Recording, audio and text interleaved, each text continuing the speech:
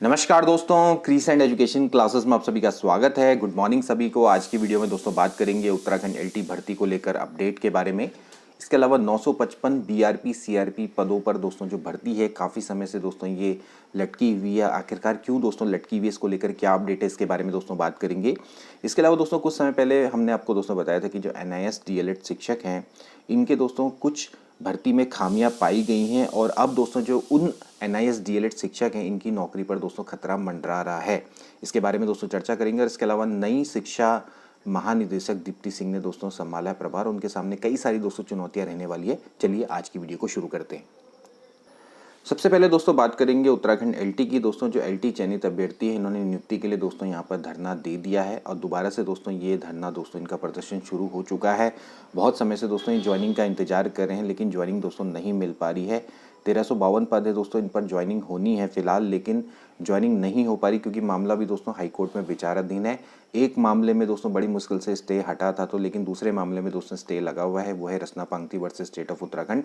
तो यहाँ पर दोस्तों अभी इनकी डिमांड ये की जा रही है लगातार सरकार से कि भैया उचित पैरवी करें, जल्दी पैरवी करें, अर्जेंसी डालो, फटाफट से इस केस को निपटाओ क्योंकि काफ़ी समय हो चुका है और जो शिक्षक हैं उनको जल्द से जल्द ज्वाइनिंग दी जाए। जो जितने भी एलटी चयनित जो युवा हैं, बेरोजगार हैं, काफ़ी समय से दोस्तों बेरोजगारी का सामना कर रहे हैं, तो उनको जल्दी से जल्दी यहाँ पर ज्वाइनिंग दी जाए। और इसके साथ साथ जितने भी जो स्कूल हैं जहाँ पर शिक्षक नहीं हैं तो वहाँ पर इनको ज्वाइनिंग दी जाए, जिससे कि जो छात्र हैं उनका भी भला हो, जो कि सरकारी स्कूल में पढ़ते हैं उनकी भी पढ़ाई किसी भी तरह से प्रभावित ना हो। तो यहाँ पर देख सकते हैं दोस्तों कि जो एलटी चयनित अभ्यर्थी हैं इनका गुस्सा एक बार फिर से फूट पड़ा है। चयनित अभ्यर्थियों ने मंगलवार को नियुक्ति की प्रक्रिया में उत्तराखंड अधीनस्थ सेवा चयन आयोग की तरफ से हाईकोर्ट में मजबूत पैरवी नहीं करने का दोस्तों इन्होंने आरोप लगाया। विरोध में जो चयनित अभ्यर्थी इन्होंने आयोग के दफ्तर के बाहर मुख्य गेट पर धरना दिया और काफ़ी देर तक नारेबाजी करी।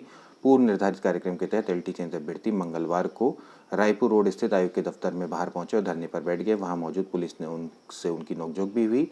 इसके बाद चयनित अभ्यर्थियों के प्रतिनिधिमंडल को आयोग की ओर से वार्ता के लिए बुलाया गया और चयनितों का डिमांड है कि आयोग क्या करे, न्यायालय में शपथ पत्र समय पर दोस्तों दाखिल कर रहे हैं, यानी कि जो काउंटर एफिडेविट है जल्द से जल्द दाखिल करो और जल्दी से जल्दी ये जो मामला है इसको निपटाओ क्योंकि हाईकोर्ट बहुत हो चुका है इस भर्ती में। और कब इसमें ज्वाइनिंग मिलेगी, क्योंकि ज्वाइनिंग को इतना समय हो चुका है भैया, इतना समय अगर ज्वाइनिंग में दोगे तो फिर जो नेक्स्ट भर्ती है उसको कब निकालोगे। इससे सभी का दोस्तों यहाँ पर लॉस है। तो इनको जल्द से जल्द ज्वाइनिंग मिलनी चाहिए। हम सभी इसकी ज्वाइनिंग का समर्थन करते हैं। जितने जल्द से जल्द हो इनको ज्वाइनिंग यहाँ पर मिलनी चाहिए। अभी बात करें हाईकोर्ट की तो दोस्तों हाईकोर्ट में अभी 14 जुलाई को दोस्तों इस मामले में सुनवाई होने वाली है और इसमें दोस्तों देखना रहेगा कि क्या यहाँ पर हाईकोर्ट का रुख रहता है, क्योंकि सरकार की यहाँ पर डिमांड होनी चाहिए हाईकोर्ट से कि बहुत समय इसमें हो चुका है, बहुत डिले हो चुका है, बहुत सारे केसेस हो चुके हैं, कई सारी जो याचिकाएं इस केस में पड़ चुकी हैं और काफ़ी समय से ये जो भर्ती है प्रक्रिया काफ़ी समय से पेंडिंग चल रही है। तो इस समय पर रिक्वेस्ट की जानी चाहिए हाईकोर्ट से कि अब इस मामले को जल्द से जल्द निपटाया जाए और जो एलटी चयनित है उनको ज्वाइनिंग दी जाए। उसके बाद फिर आगे की कार्यवाही संभव हो पाएगी, क्योंकि अभी जो प्रश्न है उनके उत्तर भी जैसे हमने आपको बताया था कि परिवर्तित हुए, तो उसके बाद जो बाकी बचे पद हैं उस पर भी आयोग को काम करना है, उस पर भी मेरिट लिस्ट बनानी है। तो वो काम कभी तब हो पाएंगे जब इनकी ज्वाइनिंग का रास्ता खुलेगा। जो पहले के जो चयनित लोग हैं 1352, फिर बाकी के जो 1544 कुल मिला के 200 पद है, तो बाकी के जितने भी जो पद बचते हैं फिर उसमें भी दोबारा से फिर आपकी मेरिट बनेगी और फिर ज्वाइनिंग की प्रक्रिया स्टार्ट होगी।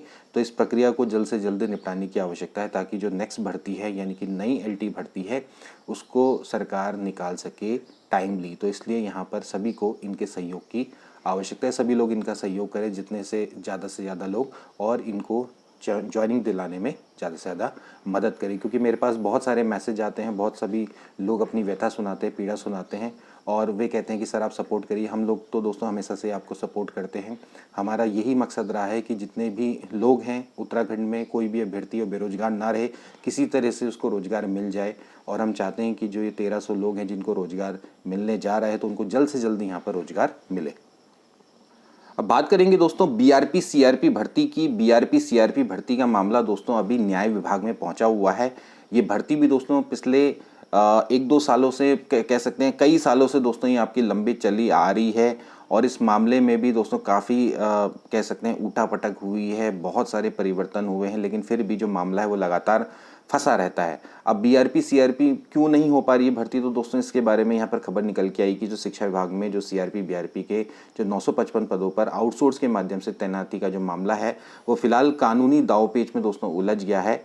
अब हाईकोर्ट के एक फैसले के बाद मामले में न्याय विभाग से परामर्श लिया जा रहा है। शिक्षा विभाग में दोस्तों जो सीआरपी बीआरपी के पदों पर तैनाती के लिए जो आउटसोर्स एजेंसी का चयन किया गया था, यानी कि वो एजेंसी जो कि आउटसोर्स मतलब बेसिकली जो क्या करती, जो बच्चों को हायर करती, यानी कि जो आपके रोजगार देती, उस एजेंसी के खिलाफ जो दूसरी एजेंसी है वो हाई कोर्ट में चले गई और विभाग के अधिकारियों के मुताबिक मामले में न्याय विभाग से परामर्श के बाद दोस्तों यहाँ पर कार्रवाई की जाएगी। तो इस कारण से दोस्तों अभी जो बीआरपी सीआरपी पद है उसकी प्रक्रिया दोस्तों हो नहीं पा रही है। अब ये जो मामला है काफ़ी लंबा दोस्तों यहाँ पर खिंच चुका है। 955 पदों पर दोस्तों बीआरपी और सीआरपी भर्ती निकली थी और ये केंद्र प्रायोजित दोस्तों योजना है। इसमें आपके केंद्र से तनख्वाह मिलती है और अच्छी सैलरी है दोस्तों। सीआरपी बीआरपी यानी कि clusters resource person, block resource person, basically क्या होता है कि पहले आपके जो हमारे सरकारी स्कूल में पढ़ाने वाले शिक्षक थे जो कि परमानेंट टीचर्स हैं, उनको ही प्रतिनियुक्ति के माध्यम से इन पदों पर रखा जाता था, लेकिन बाद में सरकार ने कहा कि बस बीआरपी सीआरपी पे केवल और केवल आउटसोर्स के माध्यम से ही शिक्षकों की नियुक्ति की जाएगी। तो बीआरपी सीआरपी के पदों की दोस्तों यहाँ पर विज्ञप्ति भी निकली और प्रयाग पोर्टल के माध्यम से दोस्तों पंजीकरण भी किया गया। बाद में फिर इसमें भी काफ़ी उठापटक हुई, फिर उसके बाद इसमें मेरिट के आधार पर दोबारा से लिस्ट निकालने की दोस्तों यहाँ पर बात हुई, लेकिन अभी फ़िलहाल ये मामला फ़िलहाल लटका हुआ है क्योंकि जो अन्य एजेंसी है, अन्य जो आउटसोर्स एजेंसी है, उसने फ़िलहाल यहाँ पर हाई कोर्ट का दरवाज़ा खटखटाया है और इसमें फ़िलहाल अभी न्याय विभाग से परामर्श दोस्तों यहाँ पर लिया जा रहा है। अब न्याय विभाग से क्या परामर्श लेंगे, अब दोस्तों यहाँ पर अगेंस्ट में यहाँ पर लड़ना ही पड़ेगा। ये फ़िलहाल दोस्तों यहाँ पर मामला दिख रहा है। अब बात करेंगे दोस्तों एनआईएस डीएलएड की। एनआईएस डीएलएड जो टीचर्स हैं दोस्तों, उनकी नौकरी पर दोस्तों यहाँ पर फ़िलहाल खतरा दोस्तों मंडरा रहा है। हम उन टीचर्स की दोस्तों बात कर रहे हैं जिन्होंने 2017 से पहले का दोस्तों ये टीटी है वो दोस्तों यहाँ पर लगाया है, अप्लाई किया है और उसके बाद उन्होंने नौकरी दोस्तों प्राप्त की है। देखिए एनआईएस डीएलएड को उत्तराखंड शिक्षक भर्ती, उत्तराखंड प्राइमरी शिक्षक भर्ती में दोस्तों पहले मान्य नहीं किया गया था, लेकिन सुप्रीम कोर्ट के ऑर्डर के बाद इनको मान्य किया गया। लेकिन दोस्तों यहाँ पर मामला ये निकल कर आया कि कई सारे जो अभ्यर्थी हैं या जो टीचर्स हैं जो कि अब ज्वाइनिंग भी ले चुके हैं, उन लोगों ने पहले का टैट सर्टिफिकेट यहाँ पर अप्लाई कर दिया, जो कि एक तरह से अवैध है, क्योंकि अगर आपने टैट किया है तो वो 2017-19 से पहले का नहीं होना चाहिए, उसके बाद का ही होना चाहिए।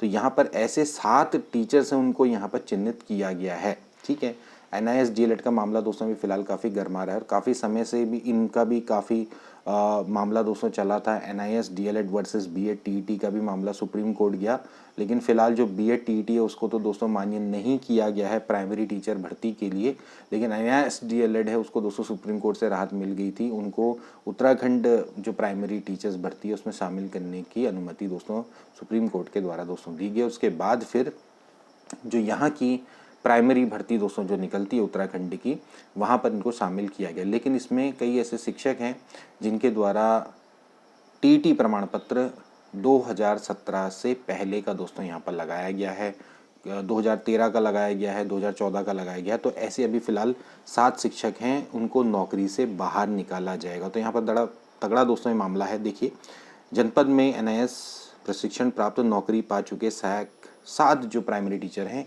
इनकी नौकरी से बाहर होने का संकट बढ़ गया है। शिकायत के आधार पर प्राथमिक शिक्षा निदेशक के निर्देशों पर शिक्षा विभाग द्वारा की गई जांच पूरी हो गई है। ऐसे में शिक्षकों को नौकरी से हटा दिया जाएगा जिन्होंने वर्ष 2017-19 से पहले का बीएड या फिर टीईटी किया हो।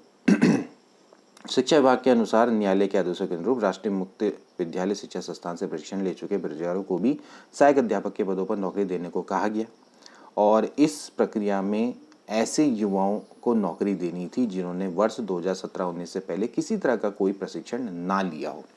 और शिक्षा विभाग ने जनपद में नियुक्ति प्रक्रिया शुरू भी करी। जनपद रुद्रप्रयाग में मई माह के अंत में कुल 21 शिक्षकों को एनआईएस कोर्स के बदौलत प्राइमरी विद्यालयों में बतौर सहायक अध्यापक ज्वाइनिंग दी गई। हालांकि स्कूल खुलते ही अब शिक्षकों ने सेवाएं देनी है, किंतु जो कई शिक्षक हैं इनकी नौकरी पर संकट पैदा हो गया है। बताया गया है कि इस बाबत शिक्षा निदेशालय को शिकायत की गई कि कुछ शिक्षकों ने वर्ष 2017-19 से पहले बीएड या फिर टीटी प्रशिक्षण लिया है, जिससे वे NIS प्रक्रिया में नौकरी पाने के योग्य नहीं हैं। इधर शिकायत के आधार पर शिक्षा निदेशालय ने इसके बाबत प्राथमिक शिक्षा विभाग को जांच कराने के दोस्तों यहाँ पर आदेश भी दिए और विभाग ने इस मामले में जांच पूरी कर ली है और नियुक्ति प्रक्रिया में अपने प्रशिक्षण और अन्य जरूरी तथ्य छुपाने और गलत तरीके से नौकरी पाने वाले 7 शिक्षकों को नौकरी से हटाया जा सकता है। DO बेसिक अजय चौधरी ने बताया कि मामले में जांच पूरी कर दी गई है। तो यहाँ पर अभी फिलहाल दोस्तों ये मामला निकल कर आ रहा है। अब यहाँ पर मैंने पहले भी दोस्तों मैं हमेशा BED TET वालों के पक्ष में रहूँ कि BED TET वालों को क्यों नहीं इन्होंने मौका दिया, क्यों सुप्रीम कोर्ट ने BED TET को दोस्तों यहाँ पर बाहर कर दिया। प्राइमरी टीचर्स के लिए दोस्तों यहाँ पर BED TET को भी एलिजिबल किया जाना चाहिए था। जब पहले भी BED TET एलिजिबल होता था तो यहाँ पर एक मौका दिया जा सकता था, क्योंकि बहुत सारे अभ्यर्थी हैं जो कि ओवर एज होने की कगार पर हैं। उनके लिए बहुत बढ़िया एक गोल्डन चांस हो सकता था कि उनको उत्तराखंड में प्राइमरी टीचर बनने का एक मौका मिल जाता और ये एक दोस्तों एक बहुत बढ़िया एक अपॉर्चुनिटी थी। लेकिन यहाँ पर फिलहाल सुप्रीम कोर्ट ने BED को दोस्तों यहाँ पर इनवैलिड घोषित किया, जबकि NIS को इन्होंने कहा कि आप इनको प्राइमरी शिक्षक भर्ती में शामिल कर सकते हैं और ख़ासकर उत्तराखंड में। तो उत्तराखंड में जो BED TET बेरोजगार युवा है उसके लिए तो ये बहुत बड़ी दुखद खबर है। अब बात करेंगे दोस्तों शिक्षा महानिदेशक की। शिक्षा महानिदेशक दोस्तों नई बनी है दीप्ति सिंह। इन्होंने यहाँ पर प्रभार को संभाला। अभी दोस्तों हाल में दोस्तों काफ़ी सारे IAS और PCS अधिकारियों के दोस्तों यहाँ पर तबादले हुए थे और इसमें नई शिक्षा महानिदेशक दोस्तों बनाई गई हैं दीप्ति सिंह। अब दीप्ति सिंह के सामने दोस्तों यहाँ पर काफ़ी सारी चुनौतियाँ दोस्तों यहाँ पर रहेंगी। नवनियुक्त जो शिक्षा महानिदेशक हैं दीप्ति सिंह ने जैसी पदभार संभाला है तो उन्होंने सबसे पहले जितने भी लंबित प्रकरण हैं यहाँ पर जो शिक्षा विभाग में चल रहे हैं उनकी दोस्तों यहाँ पर जानकारी ली। तो इसके बाद सबसे पहले उनका प्रयास यही है कि देखिए नवनियुक्त शिक्षा महानिदेशक ने अमर उजाला से विशेष बातचीत में बताया कि शिक्षकों के तबादलों के लिए हाईकोर्ट में याचिका दायर कर दी गई है, क्योंकि अभी समय पर हाईकोर्ट ने माना है कि क्यों ना इस बार जो ट्रांसफ़र जो सत्र है उसको शून्य कर दिया जाए, यानी कि इस सत्र में कोई भी ट्रांसफ़र नहीं होगा। अब शिक्षक दोस्तों आप जानते हैं कई वर्षों से दुर्गम क्षेत्रों में सेवाएं दे रहे हैं, वे लोग सुगम में आना चाहते हैं। अब उन लोगों का अगर इस साल ट्रांसफ़र नहीं होगा तो फिर वो मामला अगले साल चला जाएगा या अगले के अगले साल चला जाएगा। तो इसलिए यहाँ पर स्पेशली जो शिक्षा विभाग है उन्होंने हाई कोर्ट में दोस्तों याचिका दायर की है कि इस बार ट्रांसफ़र को होने दिया जाए और हाई कोर्ट ने कहा था कि इस बार का जो ट्रांसफ़र जो सत्र है उसको शून्य किया जाए। तो ये मामला दोस्तों यहाँ पर याचिका दोस्तों यहाँ पर दायर की गई है। वहीं दोस्तों दूसरा मामला है पदोन्नति प्रकरण। काफ़ी समय से दोस्तों आप जानते हैं कि दोस्तों जो पदोन्नति प्रकरण है उसको दोस्तों निपटाने का प्रयास किया जा रहा है। इसके अलावा CRP BRP पदों पर भी आउटसोर्स से तैनाती होनी है। तो ये दोस्तों इनके सामने यहाँ पर फिलहाल मामले रहेंगे, क्योंकि बहुत समय से दोस्तों आप देख सकते हैं कि 2018 से टीचर्स की दोस्तों यहाँ पर पदोन्नति हुई ही नहीं है। 2018 दोस्तों आप मान सकते हैं 7-8 साल दोस्तों यहाँ पर हो चुके हैं, तब से दोस्तों टीचर्स की प्रमोशन ही नहीं हो रहे हैं। 3000 से अधिक शिक्षकों की पदोन्नति दोस्तों यहाँ पर लटकी हुई है। स्कूलों की जो संख्या है वो लगातार घटती चली जा रही है। कहने का मतलब है कि स्कूलों में जो छात्र संख्या है वो लगातार घटती चली जा रही है। तो ये दोस्तों यहाँ पर इनके सामने जिम्मेदारियाँ और एक तरह से चुनौतियाँ दोस्तों यहाँ पर रहनी है। तो देखिए प्रमुख चुनौतियाँ क्या हैं। सबसे पहले कि स्कूलों में छात्र संख्या तेजी से घट रही है। प्रधानाचार्यों के दोस्तों यहाँ पर 80% से अधिक पद दोस्तों यहाँ पर रिक्त रह गए हैं। 1248 स्वीकृत पदों के मुकाबले 1180 पद दोस्तों यहाँ पर फिलहाल खाली हैं, जिसके लिए शिक्षा विभाग ने दोस्तों यहाँ पर फिलहाल एक नोटिस भी दोस्तों मतलब एक विज्ञापन भी दोस्तों जारी किया था, जिसमें सीधी भर्ती के माध्यम से प्रधानाचार्यों को भरा जा रहा था। लेकिन फिलहाल शिक्षा जो हमारा संघ है, शिक्षक संघ है दोस्तों, इसके खिलाफ है। वो नहीं चाहते कि यहाँ पर डायरेक्ट रिक्रूटमेंट हो और एक धड़ा चाहता है कि डायरेक्ट रिक्रूटमेंट हो। तो यहाँ पर फिलहाल उनके बीच में भी यहाँ पर कसमकस चल रही है। इसके अलावा SCRT की नियमावली भी दोस्तों यहाँ पर बनी नहीं है। SCRT और डाइट की वर्ष 2013 में शिक्षक का दोस्तों यहाँ पर ढांचा बना था, लेकिन फिलहाल इसके लिए नियमावली नहीं बनी है। SCRT और डाइट में दोस्तों जो टीचर्स जो ट्रेनिंग देते हैं, जो एक तरह से शिक्षक होते हैं, उनकी दोस्तों यहाँ पर ढांचा तो बना, लेकिन नियमावली दोस्तों यहाँ पर नहीं बन पाई। इसके अलावा वही BRP CRP के पदों पर दोस्तों यहाँ पर तैनाती होनी है। तो ये कुछ दोस्तों यहाँ पर इनके लिए प्रमुख दोस्तों यहाँ पर मामले रहने वाले हैं। तो फिलहाल दोस्तों आज के लिए इतना ही। मिलेंगे नेक्स्ट वीडियो में, तब तक के लिए take care and good bye.